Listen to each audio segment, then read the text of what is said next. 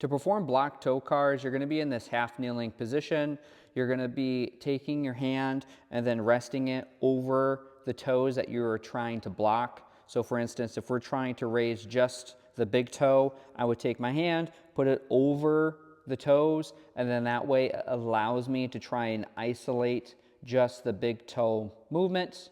And the same for the big toe. If I want to move just these four, you would just put your hand over the big toe and then try and raise them up, set them down, raise them up, and then set them down.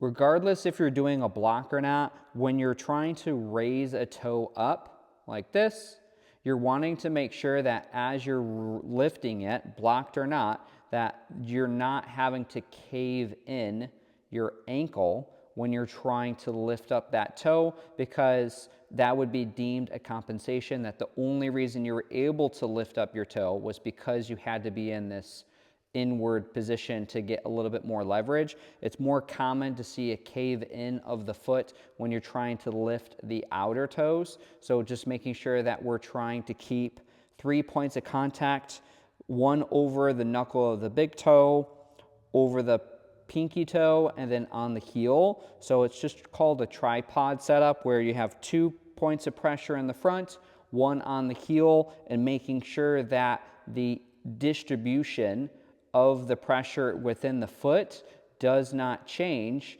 when I go to lift these toes up.